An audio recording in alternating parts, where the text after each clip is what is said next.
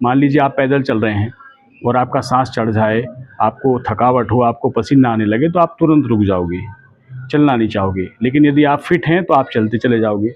ऐसा ही कुछ पढ़ाई का है, या जो दिमाग का काम करने वाले लोग हैं वो जल्दी थक जाते हैं यदि दिमाग को ठीक से पोषण नहीं मिलता तो।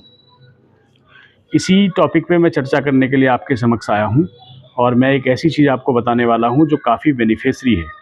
जिन बच्चों का पढ़ाई में मन नहीं लगता, या वह सभी बच्चे जो पढ़ना तो चाहते हैं और पढ़ते भी हैं, खूब पढ़ते हैं वो, लेकिन उनको कुछ याद नहीं रहता, वह जब उसको रिवाइज करने बैठते हैं तो सब कुछ भूल चुके होते हैं। तो उनको डबल मेहनत करनी पड़ती है, कई कई बार मेहनत करनी पड़ती है। तो ऐसे सभी बच्चों के लिए एक बहुत ही अच्छा योग है, बहुत ही आसान है। आप अश्वगंधा ले आइए बाज़ार से, पंसारी से। अश्वगंधे का आप चूर्ण बना लीजिए, बारीक महीन पीस करके। जितना ज़्यादा आप उसको बारीक चूर्ण बनाएंगे वह उतना ही कारगर होगा, उतना ही फ़ायदा करेगा। दरदरा ना रखें बिल्कुल भी। इसका एक तरीका ये है कि आपने जो चूर्ण पीस लिया है उसको आप कपड़े से छान लें, और जो छन गया है उसको एक तरफ कर दें, और जो बचा हुआ छानस है उसको दोबारा पीसिए, फिर दोबारा छान लीजिए। और ऐसा आप 2 से 3 बार करेंगे तो अधिकतम मात्रा उसकी जो है बारीक उसमें चूर्ण में कन्वर्ट हो जाएगी, और जो छानस बचेगा वो नाम मात्र का बचेगा। अब इस अश्वगंधा के चूर्ण को सुबह शाम बच्चे की उम्र और वजन के अनुसार, यदि बच्चा 4 से 10 साल का है तो आप चौथाई चम्मच दीजिए। यदि बच्चा 10 साल से 15 साल के बीच है, 16 साल तक, तो आप उसको आधा चम्मच दीजिए। और इसके ऊपर आप एक एक चम्मच सुबह शाम आप अश्वगंधा का चूर्ण उसको खिलाइए दूध के साथ। खाना खाने के बाद या खाना खाने से पहले भी आप उसको दे सकते हैं। तो आप देखेंगे तो कि 2 से 3 सप्ताह के अंदर ही उसको काफ़ी अच्छा परिवर्तन उसमें आ रहा है, काफ़ी एनर्जेटिक हो गया है।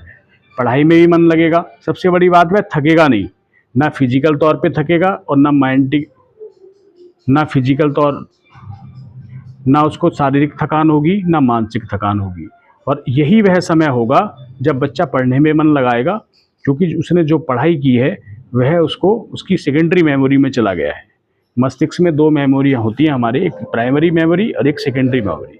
जो प्राइमरी मेमोरी है उसमें कुछ समय तक चीज़ें रुकती हैं और फिर निकल जाती हैं, लेकिन जो सेकेंडरी मेमोरी है उसमें हमेशा के लिए जो चीज़ें हैं, जो यादें हैं, वो स्टोर हो जाती हैं। आपको कुछ बचपन की यादें आज तक याद होंगी, और वह सेकेंडरी मेमोरी में फीड है। तो मतलब हमारा जो दिमाग है, ब्रेन है, वह एक सुपर कंप्यूटर से कम नहीं है। ऐसा आपने सुना भी होगा और महसूस भी किया होगा कि बचपन की याद आज तक डिलीट ही नहीं हुई। सब यादें नहीं, अधिकतर तो खैर भूल जाते हैं, लेकिन काफ़ी कुछ ऐसे घटनाक्रम और चीज़ें होती हैं, वो ज़रूरी नहीं है कि वह खास ही घटनाक्रम हो। तो वह आपकी पढ़ाई से संबंधित हो सकते हैं, आपके खेलकूद से संबंधित हो सकते हैं, खान पान से संबंधित हो सकते हैं, या कोई पनिशमेंट आपको मिला हो, पिटाई हुई हो आपकी कभी पढ़ाई ना करने के ऊपर या स्कूल ना जाने के ऊपर, तो वो चीज़ें हमारी आज भी हमें याद रहती हैं। वो सब सेकेंडरी मेमोरी में होती है।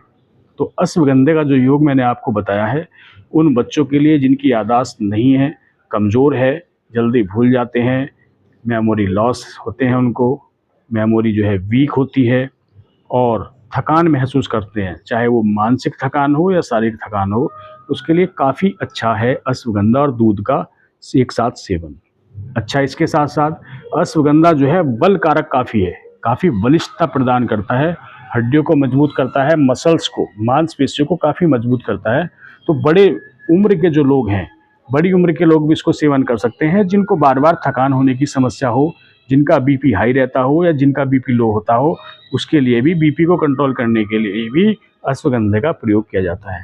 इसके अलावा जिन लोगों को नींद नहीं आती, तो यह तो हम आपको पहली वीडियो में बता चुके हैं, इससे पहले भी, कि नींद ना आने में अश्वगंधा और दूध का जो मिश्रण है, जो गर्म दूध का सेवन यदि आप करते हैं तो नींद बड़ी ज़बरदस्त आती है।